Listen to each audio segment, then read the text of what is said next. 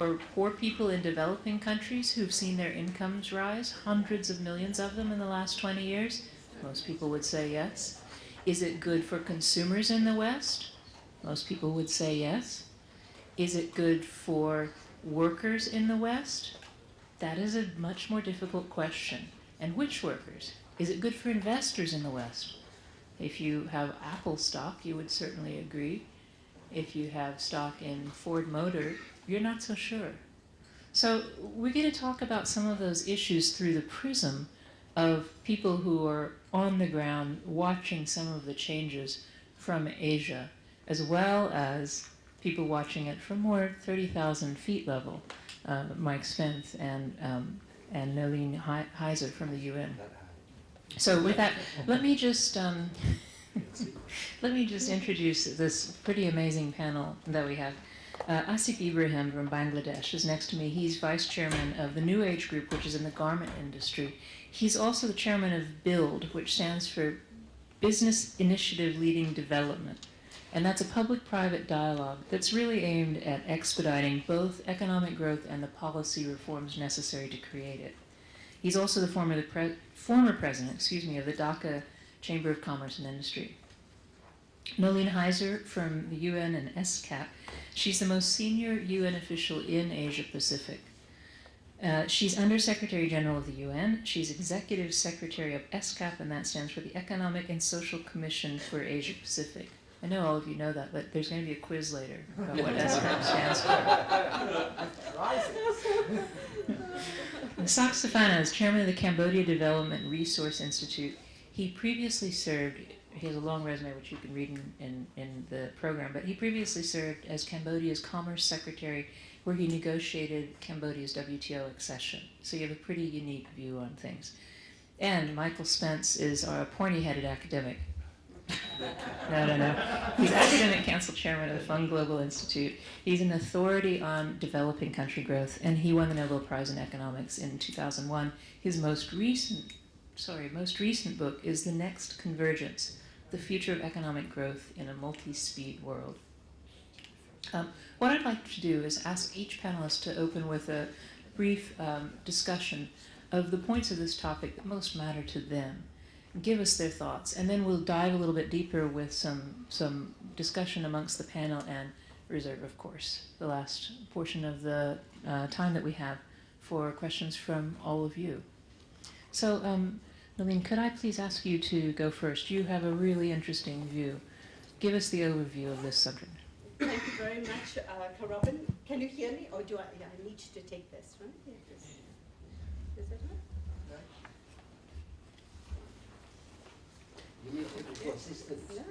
Yeah, okay, I've got it. It's on. Yes? Okay, good. All right. Okay. You asked the question, Robin, do we benefit from globalization? Well, obviously, Asia benefited from globalization. The high growth rate that you've seen, the emerging economies that you have experienced in Asia, have indeed been able to bring more than half the world's poor out of poverty. And in fact, if the world has achieved what is called the Millennium Development Goal in terms of its poverty reduction objective, it's precisely because of Asia. It's precisely because of China. It's precisely because of India and also the emerging economies. But the topic is about rethinking growth. So why is it that Asia needs to rethink its growth, even if it has had relatively high growth and it has brought people out of poverty? Well, it's mainly because, I argue, because there are three types of headwinds that's affecting Asia. The global environment is not the same.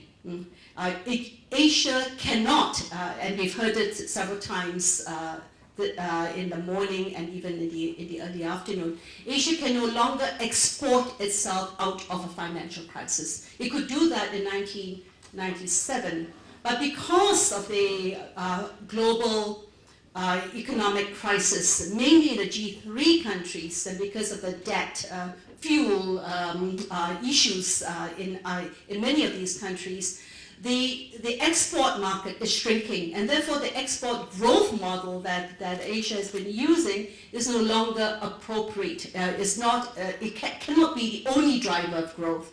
And therefore we have looked at all these issues that we also discussed about the rebalancing. So the rebalancing for the larger economy has been in terms of domestic consumption, but not all the countries in Asia have huge population. And therefore the whole strategy of regional integration has become a major concern. So ASCAP has been driving with our member states the framework for regional integration. And the issue of regional integration is actually to try to create a more unified market, a more regional market. So there's not just domestic consumption, but there's also regional consumption. But then Asia finds that it has deficits.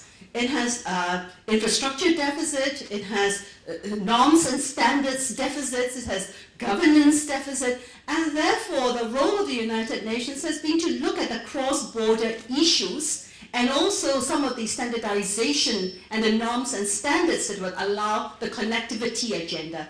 So the regional connectivity agenda has been one of the building blocks, if you like, of the regional integration agenda.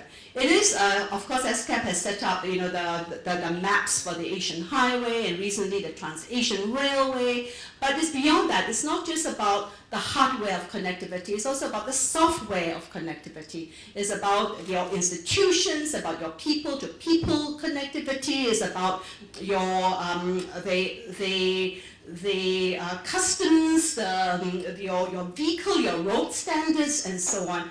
But increasingly, it's not just about that. It's also about ICT connectivity, and it's also increasingly a major rethinking in Asia that says that whilst Asia has indeed half the world's absolute poverty, but its growth rate has also created disparities, and rising inequality is a major concern.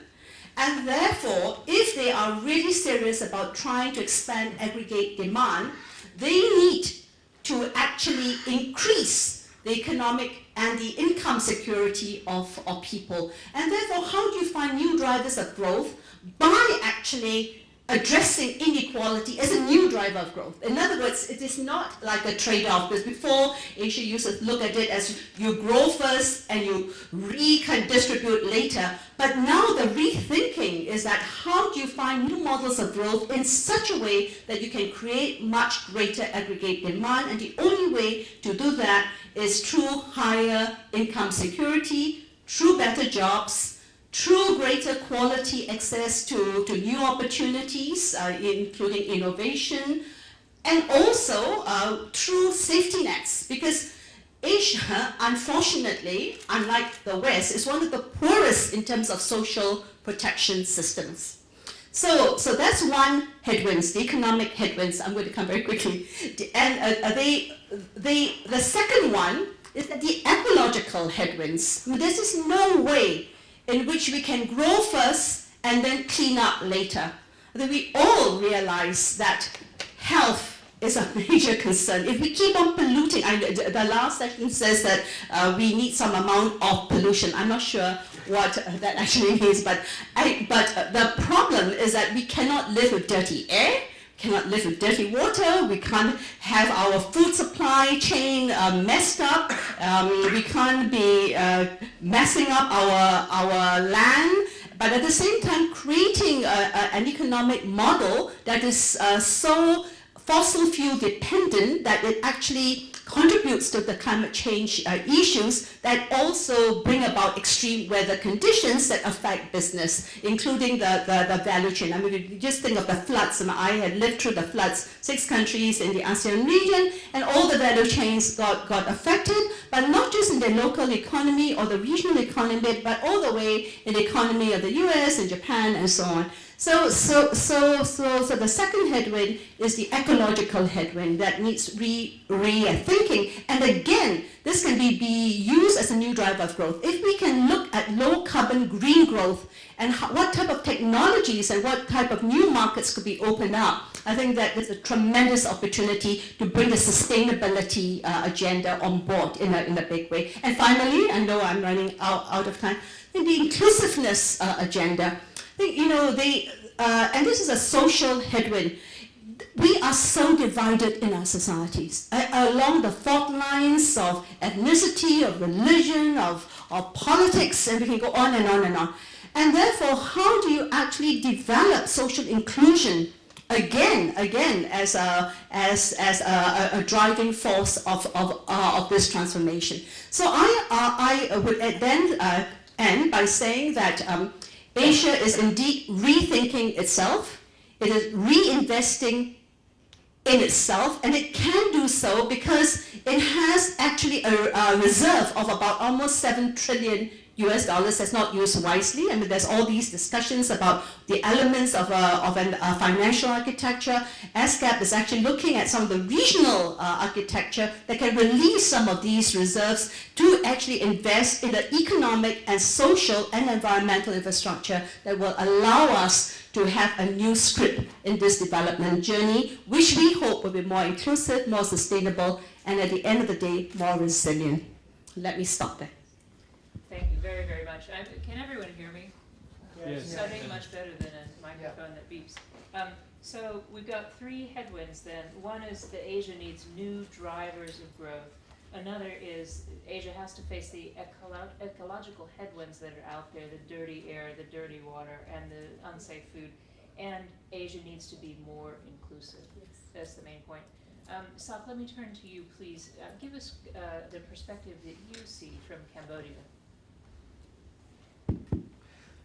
Well, I mean, you mentioned about me being involved in getting Cambodia to the WTO, and I probably will start from that prism. The theme is about rethinking growth, but if I go back earlier, you need growth first, right?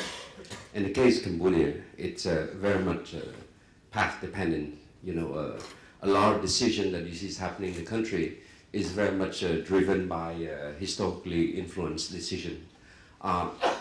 So the WTO is a game changer for Cambodia.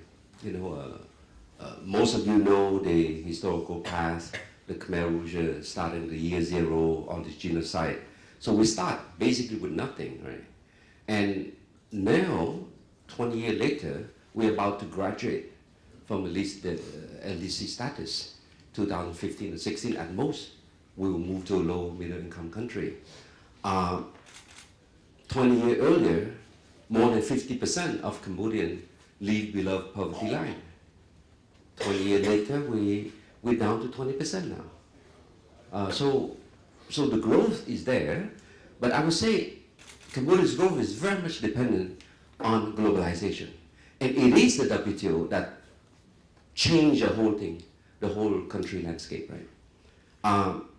But then there's a whole dimension of inclusiveness from the very beginning, mainly because of the sad story, mainly because all the development partners there are 3,000 NGOs there. So as you know, the focus is how do you help this poor, traumatized society overcome, right? And we had that growth from that perspective. We're the first one to make the labor export, government export linkage, with the US. We became, it was a nation branding. We went on a tour to US, to Japan, to Europe to say, look, we know that our costs, we cannot compete with China. China will always find cheaper labor. But look guys, save 5 or 10% of your order for Cambodia. At least it will look good for your annual corporate report, right? And believe me, it worked. It worked. And so we're rushing to enter WTO mainly to save the garment industry, right? Now we're about, in 2000 when we start the process to negotiate WTO, we barely export 1 billion. Last year, we export 6 billion, right? This year, as of September, we almost 6 already, almost 6 billion already. 500,000 workers, right? And we're thriving. Investment is coming left and right now. So that is the growth side, right? So, but there's always also some challenge. When you have so much freedom, and this is, I mean, with the UN, I think Cambodia is the baby of the UN. We're born of the UN peacekeeping process, right?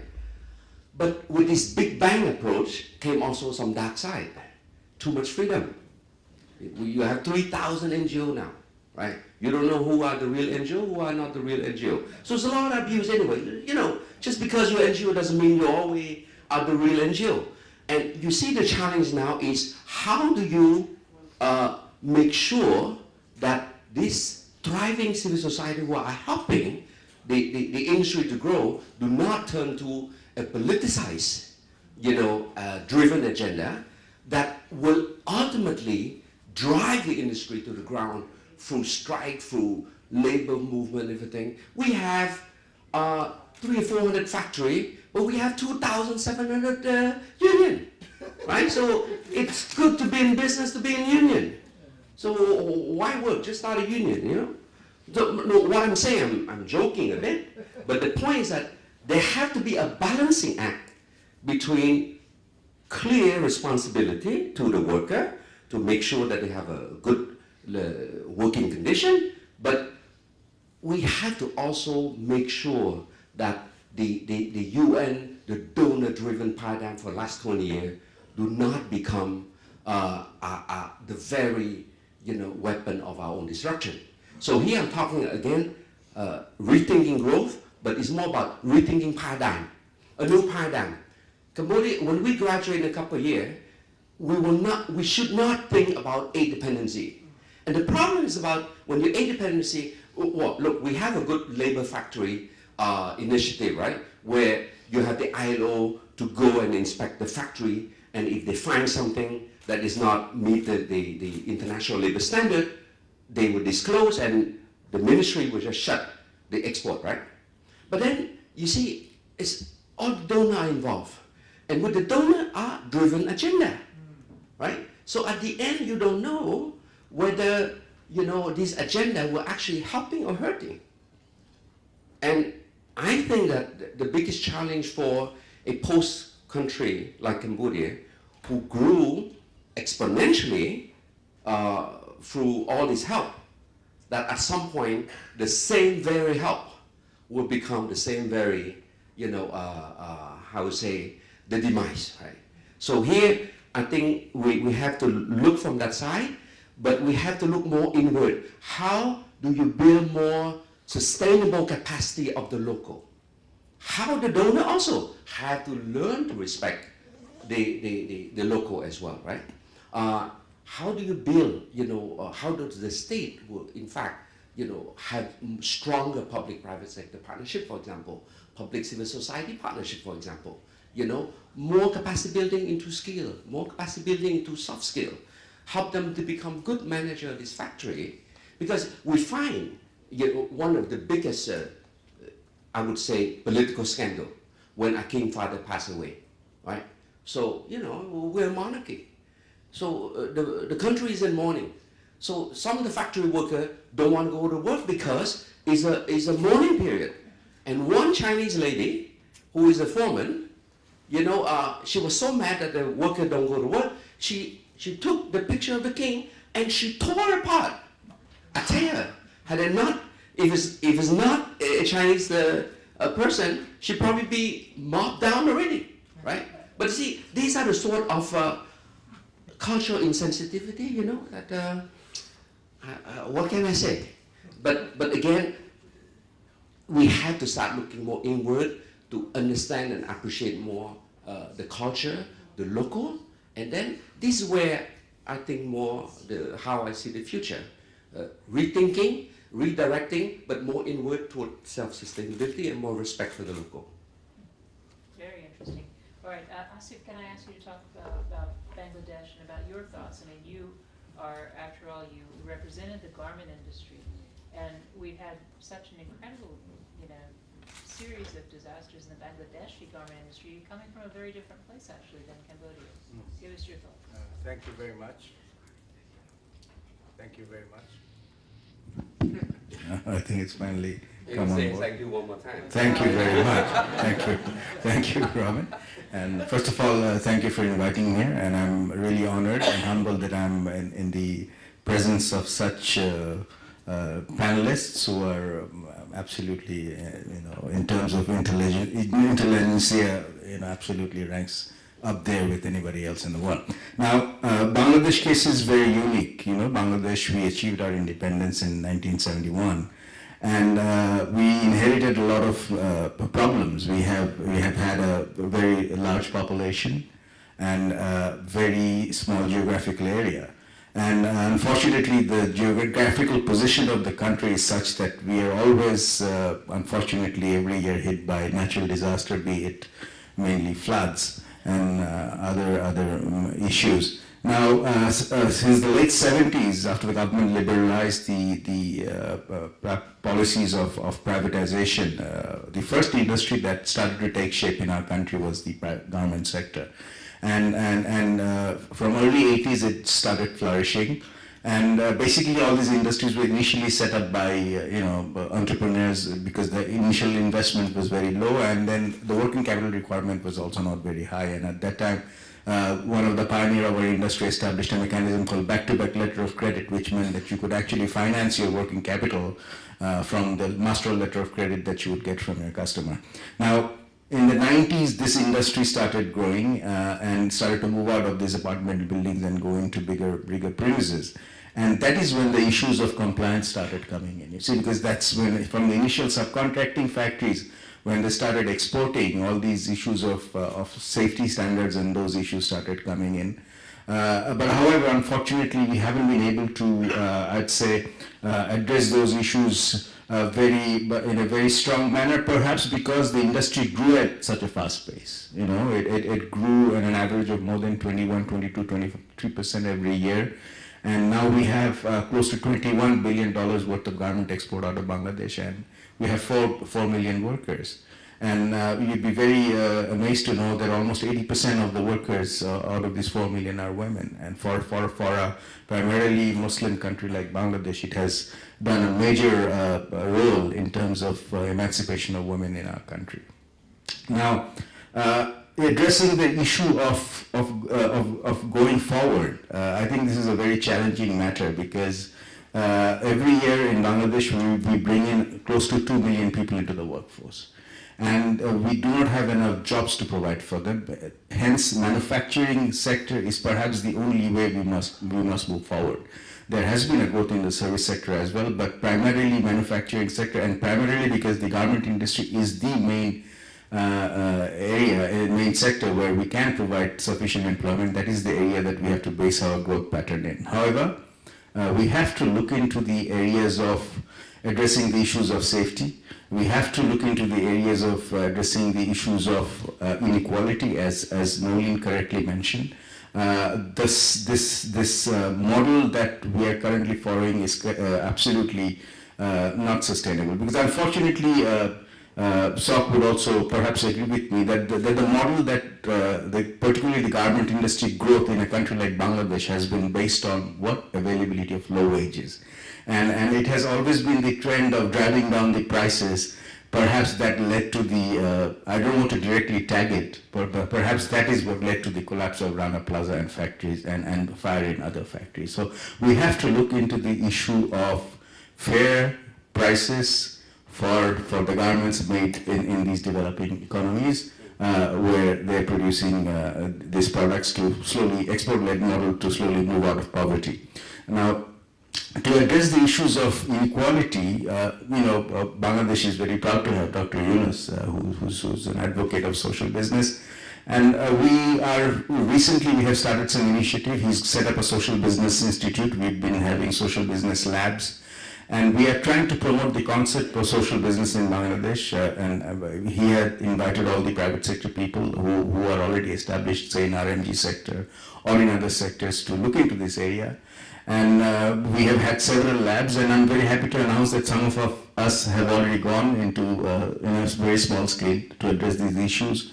And perhaps with this initiative, we can address the issue of the inequality. We must address the issue of inequality, and this is perhaps something that would help us. I'm very happy to also announce that, Nolin and, in the SCAP, we have an SCAP Business Advisory Council, and we have a task force for inclusive and sustainable trade and development, and I chair that task force, and I've been able to convince the Yunus Center to come in and join us. So perhaps with that initiative that we have started in Bangladesh through SCAP, we would also try to, in the region, to promote the concept of social business. Going forward, also some of the points that I had jotted down, I would like to just quickly mention.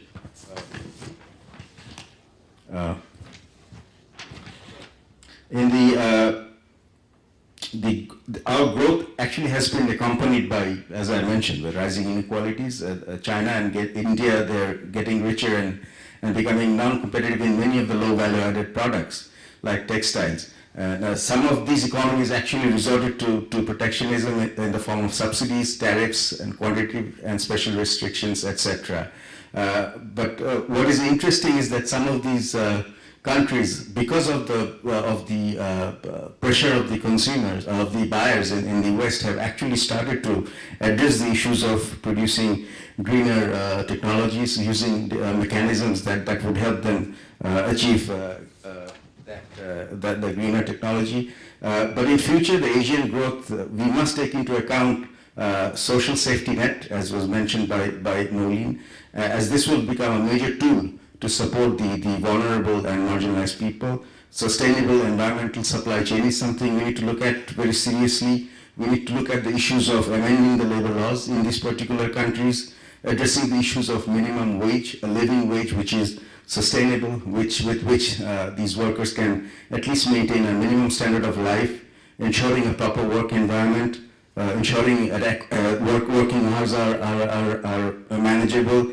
addressing the issues of human rights and commitment to overall compliance. Those must be addressed seriously when we look into the future economic growth of this region, and particularly Bangladesh. Thank you. Terrific. Listen, I know, Mike, you researched these issues really broadly with your last book, The Next Convergence. So give us your thoughts sort of from 30,000 feet again. You can all go to sleep. You're not that pointy headed. Yeah, so what I've tried to, over time, sometimes back up and try to understand the major ingredients in these growth patterns that are, in some sense, necessary conditions for achieving these other objectives. I mean, you can't do this in a zero growth environment. And then to get much closer to people who are leading important change, including the three people on my right. So just a few observations, I think. One of them is that there is a very delicate balance, in a number of dimensions in dealing with these issues. It is true that I think that people individually and societies in general are making what we might call second best choices. That is, it's very easy to sort of say what would be nice, but it may not be a realistic option. And so what Asif was talking about is trying to find that balance. We are going to have a project in the Fung Global Institute that is in this general territory of not doing things that truncate options for individuals with respect to bettering their lives, but constraining those options enough to meet basic standards of decency with respect to employment and other things. It's easy to say that that's what we want to do. I think it's hard for the people who lead economic and social change in these countries to do it. But I think the frame of reference is, you start with what I think of as the second best. In the current environment, you hear lots of complaints about various kinds of behavior, policy choices and other things, and I sort of always ask myself, as compared with what? take central banks coming into the crisis. There was lots of sniping away and shooting, and this is unconventional. And I thought, you know, if I were Ben Bernanke, I'd be trying to choose the second best, which is way off the first best, because it's not the world we live in, as opposed to the third, fourth, and fifth. Disastrous choices. So that's one observation, and I think, you know, a lot of relevant, committed experience from a lot of different countries is going to help. The second observation that I'll make is that when I did the Growth Commission work, I was working with people who, you know, had fought battles, won and lost, led change in multiple countries, and I learned a ton from them. I came to admire them. I thought they were heroes. I do think they're heroes. But I learned one other thing from that, which was the way for outsiders to be helpful is to find the people who are leading change and not get out in front of them, but get beside them and ask, what can we do to help? I was often asked the question after I had described some of these high growth cases, you know, what about the ones, you know, that haven't found a way to get started? And that was talked about at lunch. And somebody would say to me, what are we going to do about it? And I would always say, who's we? I know, and a conclusion, I may be wrong in this, but a conclusion that many of us came to is that even in very, very bad circumstances, not going over the boundary of sort of genocide or humanitarian disasters, most people in most countries want to solve their own problems, I think. They want it to be their own. There's a kind of very deep-seated human tendency. You know, this is our country. We pick the leaders. We're going to get this done. And so I think a good idea would be for all of us who intend to be in one way or another helpful. I've tried to follow that advice. You know, when we work in China or anywhere else, and try to find people that, you know, have an interest in understanding what international experience has been so that it helps them make better decisions, but not to the point of saying, we're going to get in here, find some disgruntled group and, you know, sort of help them get started. The third observation, I agree with all of what you just heard, so I'm trying to add to it. Just two others then. One is, it isn't very hard to find labor market structures that look like they're dual structures, where the institutions that have been built up to protect labor actually protect the incumbents. And the downside of that is that they do the opposite to the people who are not yet in the labor force.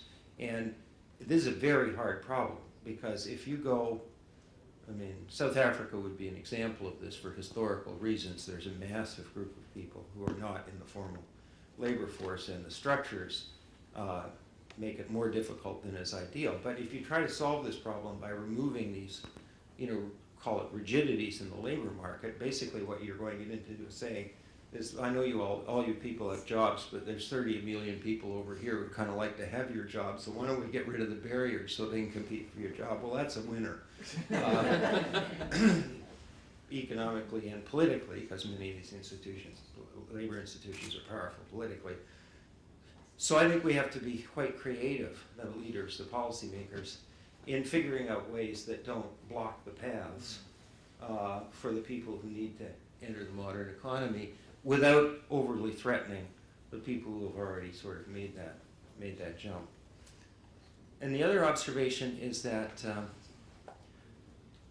sometimes they're just plain bad policies. The most popular 2 pages of the growth report was a section entitled Bad Ideas.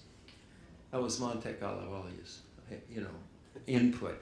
I've come to think of it as brilliant, because I think actually a good way to understand good ideas is to butt them up against really bad ideas. One of the worst ideas from multiple points of view in this general territory has been energy subsidies. They have led to distorted growth patterns. You know, if it was a tax instead of a subsidy, it would be regressive. You know, there's nothing good about it at all. And you build long-lived assets, you know, with the prices underpinning it wrong, you know, structures that are energy inefficient, so on. they're very hard politically to get rid of. I remember the president of Indonesia saying, I understand, Dr. Spence, what you're saying, but I'm not going to be able to do this overnight. And I think there is a process underway of sort of fixing this, but this has, when you look carefully at this, this has all kinds of adverse consequences with respect to the ecological agenda that Nolene mentioned, and it has, I think, even though some of these subsidies are structured so they pretend to be pro-poor, they actually, in the long run, sort of have the opposite effect. The last thing I believe is that measurement, which has been much talked about, is actually really important.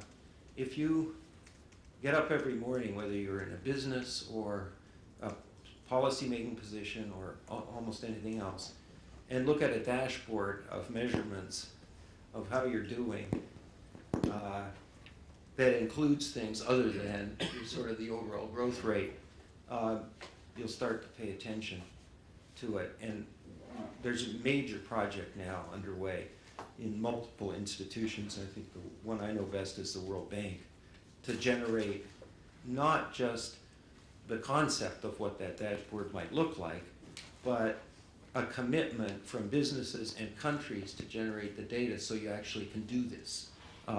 And I think that doesn't solve all these problems, but if you got up every morning and you saw what has actually happened to the bottom 40% in the society, you know, in terms of employment and whatnot. We do this episodically. You know, you've heard it several times today. Youth unemployment, this, that, and the other thing. But I think this is it's an important step in the direction of sort of dealing with these things. And finally, I just want to second what Nolene said, and that is two things. One, I think she put it better, but the Growth Commission, if these people, other than academics like me and Bob Solo, wanted to say one thing, it was that inclusiveness is not a nice add-on to a successful growth strategy. It's in the core of the strategy. It's in the core of the strategy. You can put it in terms of sustainability, you know, politically, socially, and in other ways, or you can put it in flat out in the economic terms, the way Nolene did. But I think that's actually right. And there's the way we thought about it. There was three components. One is what you call ex post results. Income's not the best way to measure that because you deliver to families very important services in many societies that, you know, ought to be factored into that calculation. The second one is what Americans call equality of opportunity. This turns out to be the one that's the most corrosive when it's missing. So big blockages with respect to ethnicity, religion, or something like that is sort of the equivalent of, you know, pulling the plug on a hand grenade if you want to stop things up. And the third one that Nolene mentioned, which I think is very important as well, and that is growth is a chaotic, you know, high-speed process. Lots of structural change. You know, when you're growing at 7 to 9%, you get people who go to work in an industry that's no longer there 15 years later. Somebody said this morning. You know, I think it was Kevin. This didn't happen in the British Industrial Revolution, right? When it took 150 years to get there. So this third leg, which I think needs to be built up north of here, but in other places, is you have to find ways to protect people. The most interesting experiments that I know that are underway in this area are in the Nordic countries. They're trying to make social protections focused on employment transitions and other things, and I think they're well worth studying. Sorry to be long-winded. Not at all. Not at all. Fascinating. In fact, let me dive in on something that you mentioned, which is, you know, all these research institutions are studying what the factors are. But Ms. Heiser, can you talk about what metrics are actually out there that you find?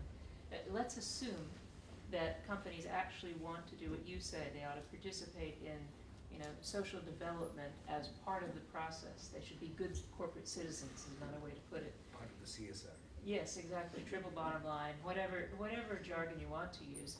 But how should we as a society or the companies themselves actually measure whether they're doing that, and how's Asia doing in those measurements? I think you can hear me, right? Yeah. Very important question, because it's not just Asia in terms of the government rethinking itself. The business itself is rethinking itself. Because precisely because I think, especially because in the context of social media, whatever you do will be known very quickly. You know? And you also have a growing middle class and then a more educated class that actually want to be part. They want business to lead. If they're going to be consumers, they want to be able to buy more socially, the kind of social labeling, clean clothes. Well, they do not want to be part of the Rana Plaza case, right? So in a sense, it's gone beyond the social corporate responsibility, because social corporate responsibility is still sometimes, I think, is a PR issue. It's how you spend money to make you look good. I think it has to move from there to how you generate money. Now, how do you make money? By making sure that that it is part of your blood, is part of your business strategy, is core to your whole strategy, in such a way that it is part of the way you generate profits. And I believe that you can actually generate profit, and I actually use this very often with my staff, because they all work on PPP, public-private partnership. And I teasingly said that actually PPP for me is beyond public-private partnership. It actually stands for prosperity based on caring for people and planet. So and that is the challenge, you know, how do you have prosperity because you care for people, and how do you care for your planet? Because at the end of the day, even if we use the concept or the framework of the metrics of cost and value, we talked about inequality. Inequality, we can talk about it in terms of the present generation. But the caring for the planet is intergenerational inequality. Because if we don't really preserve the ecosystems, that's not going to, what type of a planet, what type of an ecosystems are we presenting to the next generation? So in terms of the metrics, I would look at values. I would look at what is being valued at this time.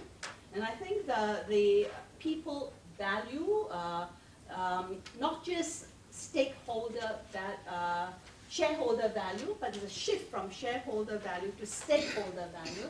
And the stakeholders happen to be business, your society, your communities, and basically people who are interested in the future of humanity. So change in values, change, as I said, from corporate social responsibility to responsible business conduct that is core to your business.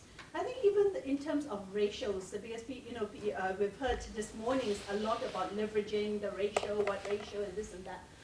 I think to look at who benefits, the ratio of people who benefits out of a particular strategy is also a very interesting frame, because what you can see is that you can actually then look at who's included and who's being left out. You know, we talk very often, and Martha's here, the whole issue of inclusive growth. What is inclusive growth, and how do you bring it about? But in business terms, that's all very squishy, if I may say, right? I mean, really, you're still measuring things in terms of the negative. Oh, the company is worried about somebody tweeting or Weiboing that they've done some bad thing. That's when these measurements might come up. Is there any metric you can really use and grab hold of besides profits, which is what companies normally use to measure whether they're doing a good job? I think that it's not so much the negative. It's more turning the whole thing around in the sense that if the company can show that, for example, they're investing, say just use the sustainability equation, that they are the ones who generate new innovation in energy. They open up a whole new market. It's good for business, it's good for the community, and it's good for the environment. So in a sense, people, I think you are experimenting with that. In terms of the inclusive growth agenda, if countries or companies can invest in the skills, looking really at where the poor live, so how do you actually make sure that they have the right type of environment, you don't mess up their land, you don't get involved with land grabbing from the poor. You make sure that you have sustainable agriculture, you don't destroy your agricultural base. You look at where the poor work, you bring in some of the best labor standards without destroying the growth potential. And then finally, you build up the skills, because at the end of the day, what you want to do is to be able to skill up a population and build up the foundations whereby these people can actually get better jobs. So you can measure the doing good, but Yes. it's a little bit hard to measure the property. All right. Sak and Asif, I would like you to briefly talk about what seems to me a big dilemma, which is the China +1 dilemma. We all have the model of how China developed, exported, factory to the world, lifted hundreds of millions of people out of poverty along the way. And now a lot of countries have tried to imitate that by similarly increasing exports. You both described Cambodia and Bangladesh's efforts to do that in the garment industry. But of course the problem is that as soon as somebody else's wages become cheaper than your country's, the danger is that those newly created jobs will disappear almost as quickly as they appeared. So can the two of you address how countries can grapple with that? How do you deal with that problem? Well, Cambodia, we don't have a lot of people, right? So we cannot, from the very beginning, our strategy has never been a race to the bottom. That's why for us, we say that even now, I mean, the issue is that the more investors come, we're a little bit worried where we're going to get the labor, right? So now our strategy is diversifying into high value production.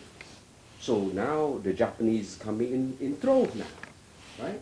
Now we start to assemble, car, automotive harnesses. We start to assemble CD drive. We start to, in other words, to move up the value chain. So you're following China up the value chain, really, Yes, but yes. you've got such a Yes. small population Yes. that there's room for everyone. However, even within the industry, we are moving toward more mechanization. So the quality of the worker, now we start having several European companies who moved to Cambodia in the textile industry, but you walk in, you feel like, my God, is that a textile, is that a garment factory? It doesn't look like, because the factory is so nice, people, is an aircon, and it's all mechanized, people control a computer to have all this, machine, everything. So you see, these are the things that we are moving more. So same amount of people, but more value addition. And because to me, look, as a Cambodian, right, I don't want to see my Cambodian sister for the next 20 years being the slave of the world. I'm sorry to say that. You gotta start somewhere. Post-crisis, you have no choice. You need a job, right? You do whatever you can. But when the country reaches a certain stage, the policymaker have to start. Inequality you want to tackle, growth you want to do. But at the end of the day, inclusive growth is about people. It's not about GDP. It's not about GNP. It's not about whatever thing we can come up with all this acronym. It's about people. And if you don't have good quality job, which had to be driven by good policy, right? You will not be able to lift your people out of poverty. They will survive. You will have job, but you will not give them a better life. Very interesting situation, though, in a low population country like Cambodia or Hong Kong or Singapore. versus Bangladesh. Unfortunately, it's not the case with us. The population is a big burden. As I mentioned, 160 million people, 2 million coming into the workforce every year and not being able to provide jobs. If we cannot, it may lead to social insecurities as well. So that's a big problem for Bangladesh. And China +1, I think the biggest beneficiary right now, poised to be, is Bangladesh. McKinsey has predicted that the Bangladesh ready-made garments exports can actually go up to $50 billion from the current level of $21 billion in a space of 5 to 7 years.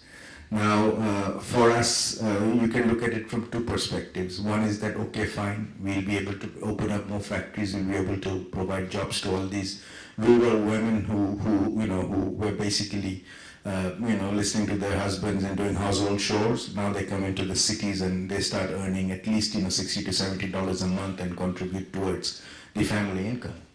But at the same time, the question is, like as Sok has mentioned, does it on a bigger scheme of things, 10 years, 15 years down the road, is this something that Bangladesh would want to continue to do?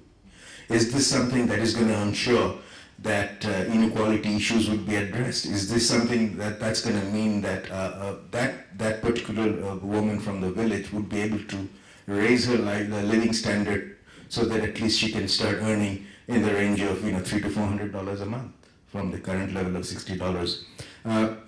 It's very disturbing to address all these issues on a theoretical level, but the core of the issue is, because of the globalization, because of the open market economy and removal of quotas, unfortunately it has led to driving down the prices. And these economies like Bangladesh, who are so much dependent on export-led models, who are so much dependent, 76% of the foreign currency of Bangladesh comes from exports, ready-made garments exports. Our GDP growth is 6.5%. Majority of it's contributed by this sector. But we have been seeing this growth because a product that is being brought out of Bangladesh for $4 to $5 is being sold in the retail shops in the West for $40 to $45. That is where the inequality has to be reduced, I feel, in order, if we need to address the issue of inequality in Bangladesh. So let us address in that area and focus in that area too. Thank you. In just a moment, I'm going to come to Mark Clifford, who's in the audience and is an expert on the environment. He's writing a book on it right now. So just if you would be prepared, because this is something we haven't yet talked about in this panel that is important. But first, I wanted to ask Mike to go back to what you talked about this morning. I found it very powerful when you talked about jobs and how globalization, which we all agree is good for the world and good for hundreds of millions of people who moved above the poverty line, how are we going to share those benefits not only among the workers in Cambodia, in Bangladesh, in poor countries, who want the dignity of doing jobs that pay more than just survival wages, and also address the problem you alluded to about South Africa. You essentially have developed country workers who are losing their jobs because of technology and globalization. At the same time, others are getting them, and there's tension around that and around income inequality in all of these countries. Can you talk about the jobs question? What's going to replace the jobs that foreign, developed countries are losing? I saved the easiest question for you. You don't have an easier question, do you? Not right now.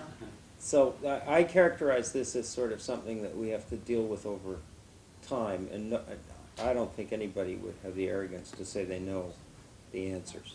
I think we know some of the forces. We've heard some of them, and I mentioned this morning some of the forces that are operating on the middle income, range in virtually all advanced countries.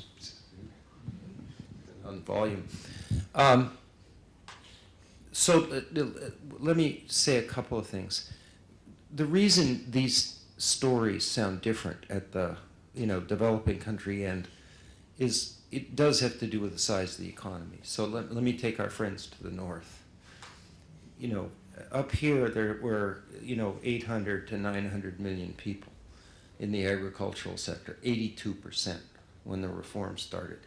It's now under 50%, but they got a ways to go. W. Arthur Lewis was a very smart man, and he said that in a fairly long run of this, depending on the size of the country, unless they're blocked, this labor force sitting out here is going to hold down the rate of growth of wages. And there really isn't a very good way to disrupt that. You do hit a point which the Chinese have now decided to call the Lewis turning point, when this downward pressure gets released. And it isn't when the last person leaves the agricultural sector. So in economics, we don't have a clue and when it actually occurs. And you can see this. It happened 2 years ago. The wages in the Pearl River Delta here started to rise at 15 to 20%. That hadn't happened for a couple of decades. I'm a great believer in being sort of realistic about, what's actually going to happen. And you can't, beyond a certain point, short-circuit it. You can ameliorate it, you can work at the margins on the problems, but that is the engine that's running, and you can't sort of take it away. On the advanced country side, I would say our best shot let me say, all of this is dynamic, okay? Let's suppose we finish the convergence process and 85% of the people live in countries that we now think of as having OECD. We're not going to have this problem anymore, right? We're going to have a world in which labor is expensive. Everybody's going to try to economize on labor. That's good because it'll drive up, if we have a growth model that works ecologically, drives, sort of income and benefits up. And, but we've got, 20 years of transition. In the immediate future, I think our best shot is, one, what the Nordic countries are doing, recognizing that there's this big, powerful set of forces displacing people and doing the best job you can to support them in making transition. Second, I think, we have to educate people better. And I sometimes describe the problem that we have is, suppose you were a kid that was growing up in the early part of the post-war period in the Midwest in the United States, and both your parents were blue-collar workers and worked in an auto plant. Well, what's the model you use to decide how to educate yourself and prepare yourself for the modern world? Answer, your parents. Well, that was a good model then, and it's a terrible model now. So we have to ask ourselves, can we intersect at the right point people with enough information to make reasonable choices about investing in human capital, individuals and families, so that they're somewhat better prepared for a world that's moving as fast as the one we are, than the one we were in. And the third one's related to that. We just have to invest way more heavily. Sam Palmisano sort of, I thought at lunch, set aside a little bit more than I would have the government. I agree with much of what he's saying, but if you're going to make very big, heavy, and efficient investments in human capital, the government has to be, on deck.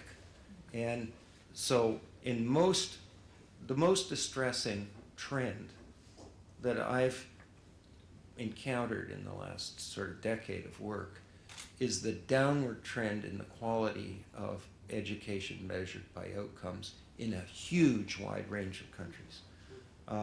That's going exactly in the opposite direction. And I think our best chance to make good use of these transitions that create opportunities as well as challenges is to reverse that trend, I guess I would say. Right. There's obviously a lot of brain power on this panel, but there's an awful lot of brain power in this room, and I'd like to get to some of that with audience questions. But the reason I started with Mark Clifford, he runs the Asia Business Council here in Hong Kong, and he's writing a book right now on the environment. And I think when a lot of you came to this panel, you hear sustainability, you think environment. So, and yet we haven't talked about it in any depth. Mark, you're researching this right now. What's the latest thing?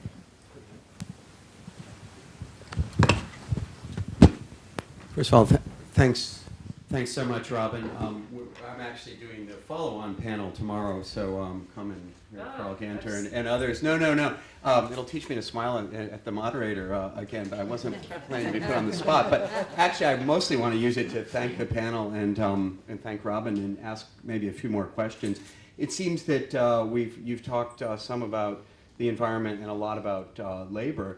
And I'm just wondering how we can push this transition, ameliorate it, as you say, forward. Maybe you could talk a little bit about the role of subsidies in energy. You touched on that, but Last time I looked, it was $550 billion a year or something like that, just a huge amount.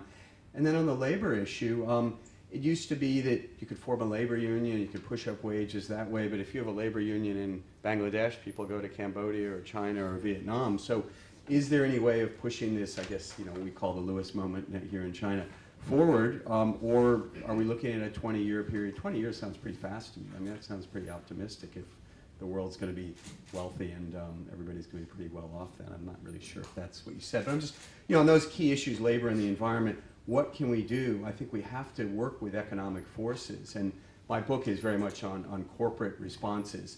I look at government, and I think the government responses are very important, but government really matters within a country. It's hard when you're looking at, say, the apparel industry, the textile industry, when you have something very international. And certainly on the environment, I don't think we're going to have any kind of international agreement. So I'm looking at Professor Spence, but I'd be curious to hear what any of you have to say about those two areas. Thanks. Well, those are very, very good questions and kind of challenging. Let me just respond with one or 2 points, and we can pick it up after, sort of offline. When I said you have to be realistic, I mean development from per capita incomes of, say, $300 or $400 to $20,000 is a multi-decade operation that cannot be short-circuited, right? It involves investment, it involves building all this what happens in parallel, right? In building institutions, many people in the West think that the difference between us in terms of wages now is the labor's less skilled. That's rubbish, okay? It's labor and infrastructure and 150 different things that go into building the total factor productivity of an economy. And it is a competitive world, and I don't think, to be realistic, we're going to get rid of that. We can change it at the margin, but if you get way out of line, somebody on another continent will undercut you because they're out there, doing what you did.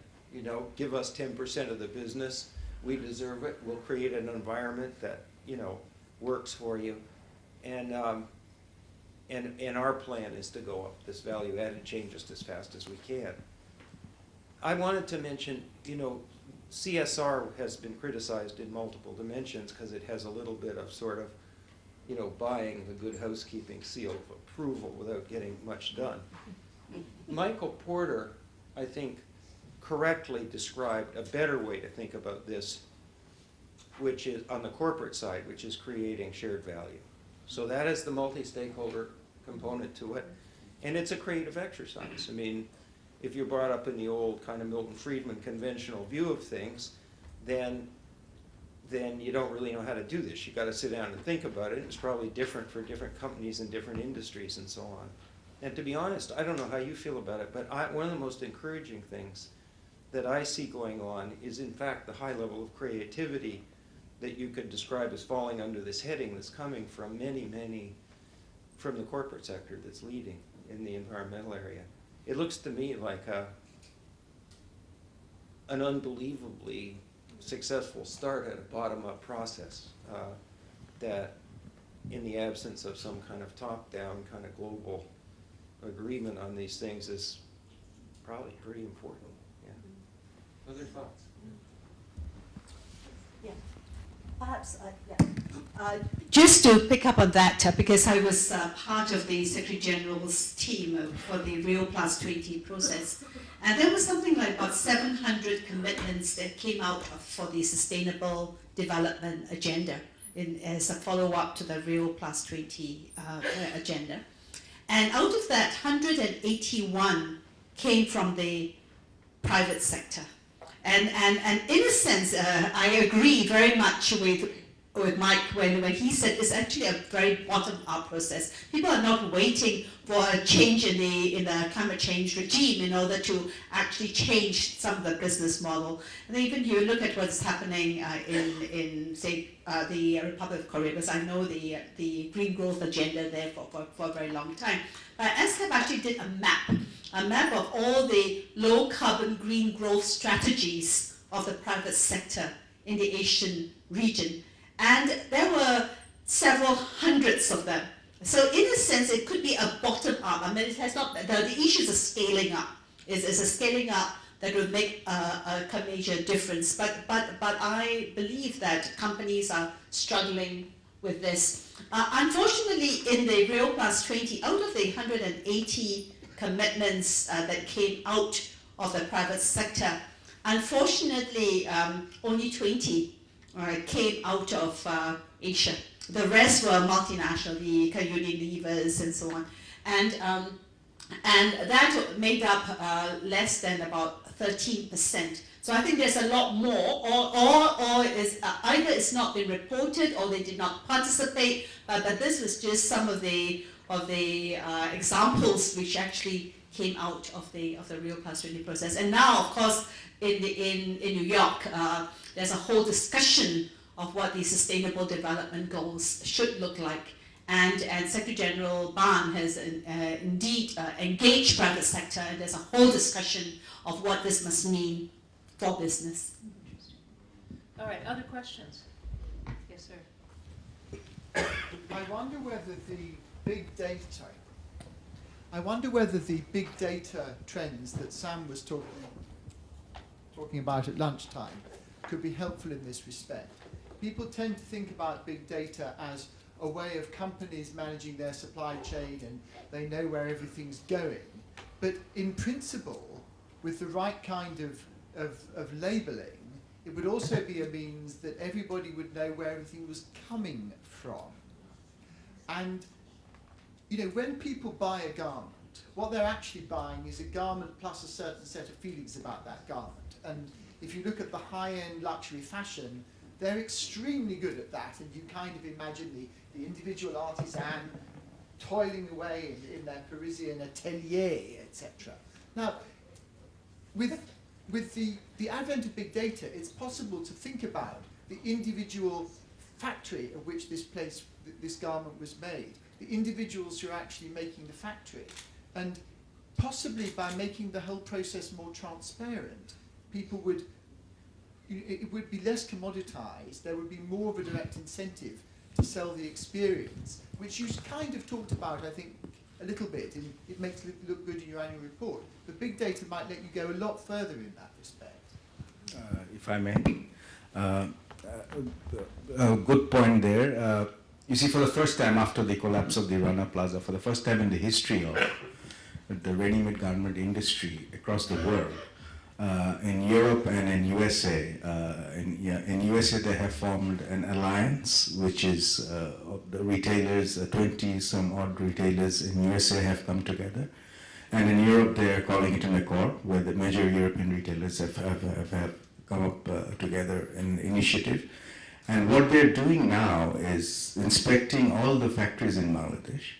They're setting up a database of every individual factories, and they're categorizing them in terms of their standards, safety standards, compliance standards, environmental standards. So the big data that you're talking about has perhaps already started. Now, fine, this is all good. However, ensuring compliance means investment from the private sector side.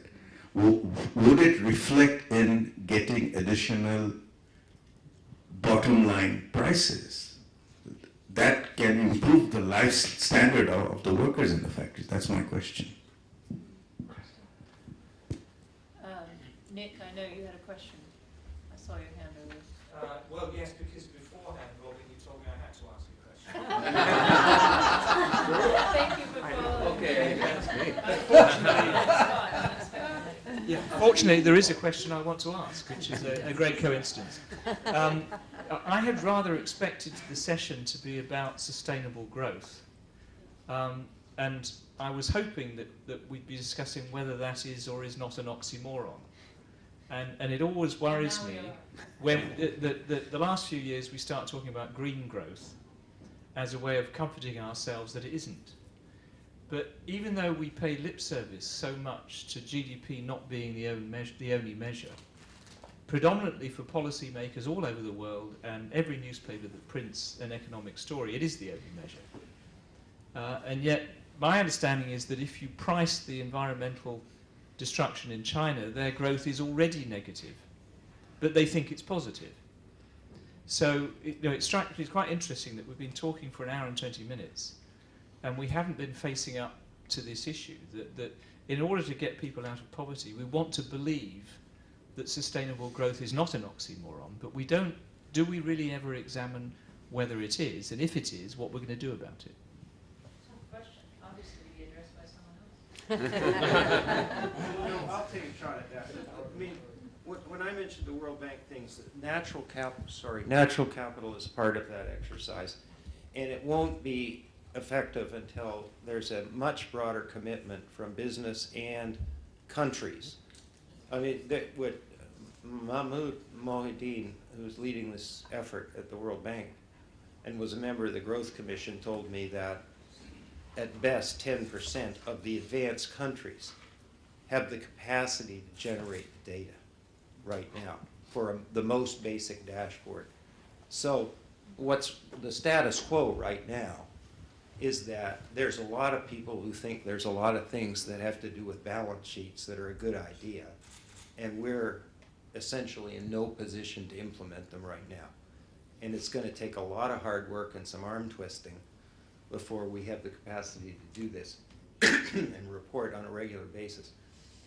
But beyond that, I didn't want to be nerdy, but I actually think that the sustainability issues are all tied together. I mean, if you look carefully at the defective growth models, a very large fraction of them have something that goes wrong with the balance sheet, right? Look underneath the collapsing growth models in the West, and you'll find excess leverage. That's a balance sheet thing. It has the effect of elevating demand to an unsustainable level, and then it collapses, and then there's a kind of a mess that we're cleaning up after. So I think there's an integrating framework that we can get to over time, and I accept your proposition that this isn't the normal way to think about it, but we're making progress. I'll give you one example now, stop. Edmar Basha came and gave a class in my emerging economies, growth class at NYU.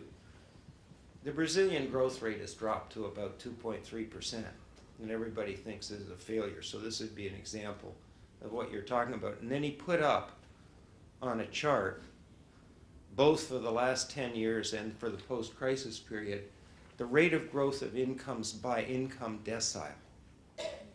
And it looked like this. Okay. Bottom 10% grew at the highest. It was over 6%. Next was 5.5. And then when you got down to the rich people, it was down around 2.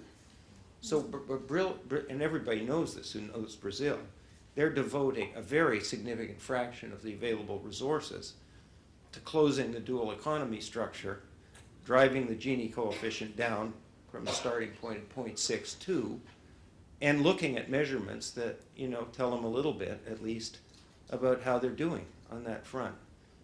And so if you look at that data, you think, boy, this is working from a long-term point of view. We got a long way to go, but I think there's a lot of people that are now sensitive to what you're talking about. So I think that, it's probably fair to say that we still too often read just the growth figure, but I think we're moving away from that. Well, even the Communist Party is worried that it may fall because of pollution, which it wouldn't have thought about before. Right. Yes, I'd like to pick up actually on the last point. Because we have a number of quite large countries, large economies. I've worked from the richest districts literally to the poorest districts in China and some of the poorest districts around the rest of Asia. And what I've found, not surprisingly, is that the local government officials are the least concerned with these issues. The local companies are the most exploitative. And there's a lot of talk about foreign companies, Western companies exploiting Asian workers. There is no one who exploits Asian workers more than other Asians, unfortunately.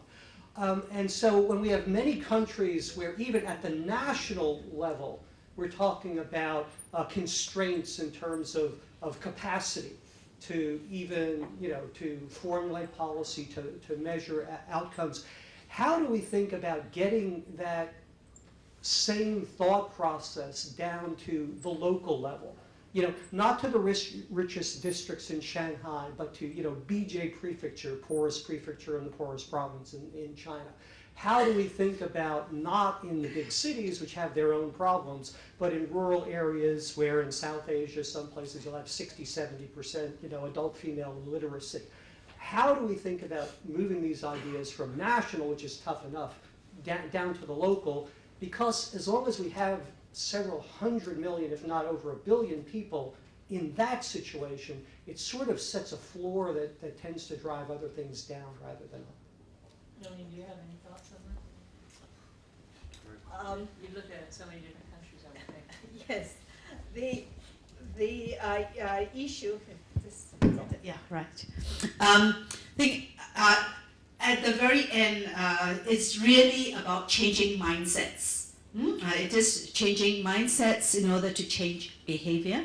And sometimes, like the example that I've given, there are some companies that could have been enlightened somewhere along the way and have become catalysts of change, and others have not. And therefore, the whole thing is actually upscaling certain mindsets change. And this is where you need the Mike talks about shared values. You need the governments, you need the enlightened private sector, and you need communities. You need people at the community level to actually bring it up, and to bring it up in a safe way, so that they are not pulled out like some of what Sok was saying, that in fact there is a whole growth of civil society, but at the end of the day, it is absolutely critical that we have a much larger discussion. And here I think media can play a major role. I think social media, media can play a major role, but also I think a change in norms and standards, and increasingly from the UN side, where we have been engaging local communities, and the more we engage with mayors, the more we engage with local authorities to look at the issue of sustainable development, and sustainable development not just from the perspective of the environment, because the way I think what has been very good for the Rio Plus 20 process is a whole definition of what sustainable development must mean, and it's really an integrated whole. Is a shift away from trade-offs to synergetic relationship that's more integrated, that brings together the economic, the social, as well as environmental, as an integrated whole, and also the understanding of how it can be mutually destructive or mutually beneficial. And I think the more, and all of us are undergoing mindset change. So you can imagine but because we have the technology, we can actually accelerate this learning very, very, very quickly. So I have more hope that things can come about in a much larger way, especially if one sees it as, especially from the Asian side, that you can no longer generate prosperity that is sustainable in the old way. And that the new prosperity has to be rethought. And then you mentioned some of the local companies that they are some of the worst exploiters. I think your point was so critical. I think at the end of the day, this whole thing about how to race to the bottom has to stop in terms of labor standards. Yeah, it has to stop. And one of the issues is the pricing issue. How along your value chain, what value goes to whom, and how do you make that fair? In fact, I'm also the special advisor for the Secretary General on Timor-Leste, and I was so shocked because they actually specialize on organic coffee. So I thought that because the organic coffee fetches such a high price on the market, I was so shocked when I read this research paper that talked about the indebtedness and how poor the organic farmers were. And I couldn't understand until I did this analysis of where the value was being extracted and by whom. So towards the end, I think the issue of fair pricing would be absolutely critical. Interesting. Yes, sir. I'd just like to, just support Nolene's comments about thinking about this systemically. And this morning, there were several comments about material constraints, resource constraints in light of rapidly consumer growth and population growth, but it hasn't come up in the discussion at all this afternoon. And I'm just wondering to what extent the rethinking of the economy in terms of the material flows and material stocks and flows through the economy is seen as an important factor, and the extent to which economies can actually redefine themselves in terms of reuse of materials and more effective use of materials, and what role that may play and what opportunity that might represent for future growth. That's a very important point. Yeah, thank you. A very good question. Actually, I raised this question this afternoon when Victor was moderating the panel. It's about the traditional Western credit-driven, consumer-led mindset. Would Asia follow that similar mindset? Because, as you've clearly mentioned, there is a constraint on the available resources. Now, the only way we can improve upon it is perhaps by using the data bank that he was talking about, by improving our supply chain efficiencies. There is still a lot of wastages in the traditional mechanism of supply chain management of all the private sector companies in Asia, particularly in our part of the world. And there is tremendous scope of improving our efficiency in terms of minimizing the need for wastage. I think if we can address those issues initially, I think we'd be able to do a much better job in terms of protecting the resources. Thank you.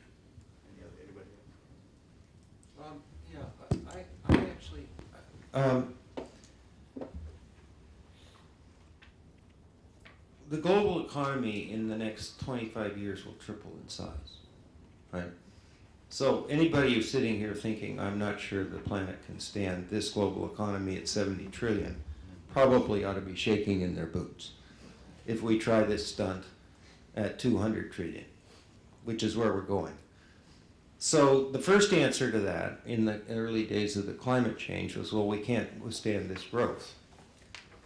Of course, when that got translated into, the rest of the world can't, the 85% of the people who live in developing countries should stop this, that was a non-starter. And so it's pretty clear now, I think, to frame it, that we've got to invent over time growth models that are consistent with the natural resources that we have.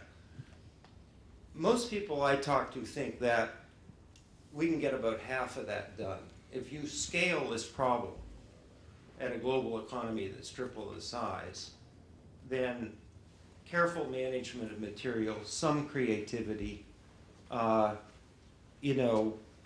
energy efficiency on the climate side and environmental side will probably get something like half or a bit more of the job done. Now that'll buy us some time if we get on with it. And then we're going to have to be considerably more creative in the sense of new technology, I think, to get the rest of it done. That's not very precise, but I mean, there's a pretty clear path for the next couple of decades that doesn't require a whole lot of fancy new technology. It requires pretty fancy implementation in the way structures are built, in getting the incentives that surround that right, and a lot of other things. And, and I think engaging Asia, which is where the lion's share of this growth is going to occur, is absolutely critical. I mean, if Asia's sort of off doing something else for the next couple of decades before we get around to it, you can forget it, all right? At 60% of the world's population is a much larger fraction of the growth. So that's why a lot of people in this room and a lot of people, are focused on getting this job done in Asia. I still, I think this bottom-up process is working. I used to be on the board of Nike. You know, Nike was at one point the poster boy for everything bad. You know, I don't think it is now. And it's tackled it in multiple dimensions. You know, it used to take 60 liters of water made dirty to dye a single t-shirt. It now takes 0. The shoes are made with glues that have no toxins in them at all. You know, this is a company that once it had internalized the fact that there were some serious responsibilities, and I'm not trying to advertise for Nike, I'm not on the board anymore. And Nike also pays well. And Nike pays well, yeah. And they have a foundation led by a woman named Maria Eitel that's doing kind of major entrepreneurial work and sort of helping girls get through transitions and so on. You know, it's just an example, but you know, L'Oreal can build a zero carbon footprint operation in northern Italy in collaboration with the. At some point, this is going to come together. I think we're actually going to solve this problem. And very quickly, Michael, can you address the question that Michael raised earlier about, you know, central government reforms versus local reforms in China? Like, these are company-led reforms. They're very important.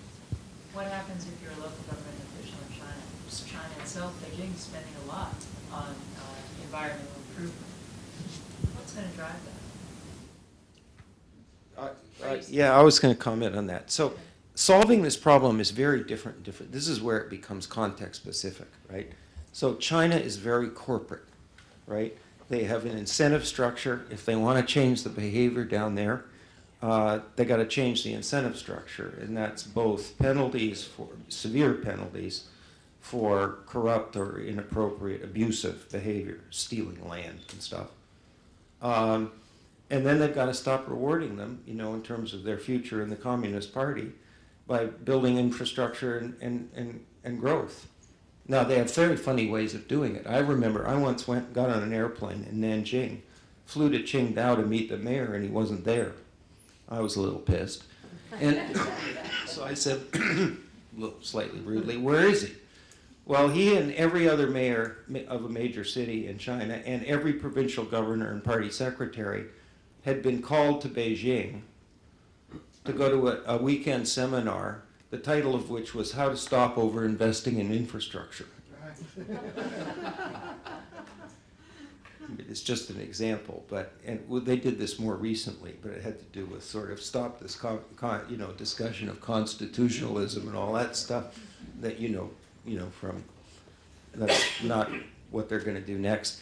You know, one of the things that they're doing, I think, in China is there is a little bit more of citizen participation in the selection of local officials, which is part of the process of providing some kind of feedback on how you're doing in delivering things. This is a big challenge, but what I meant to say at the start is if you ask this question in a different place, you know, with different, you know, governance structures and so on, you get very different answers. I mean, in lots of places you have democratic structures, but some pathology gets generated in the you know, there's states in India, you know, where people run on the platform of zero-cost electricity. I mean, that's wonderful, you know. Or I'll give you a certain number of teaching jobs and you don't actually have to go to the class. I mean, it's just very, very local getting at this.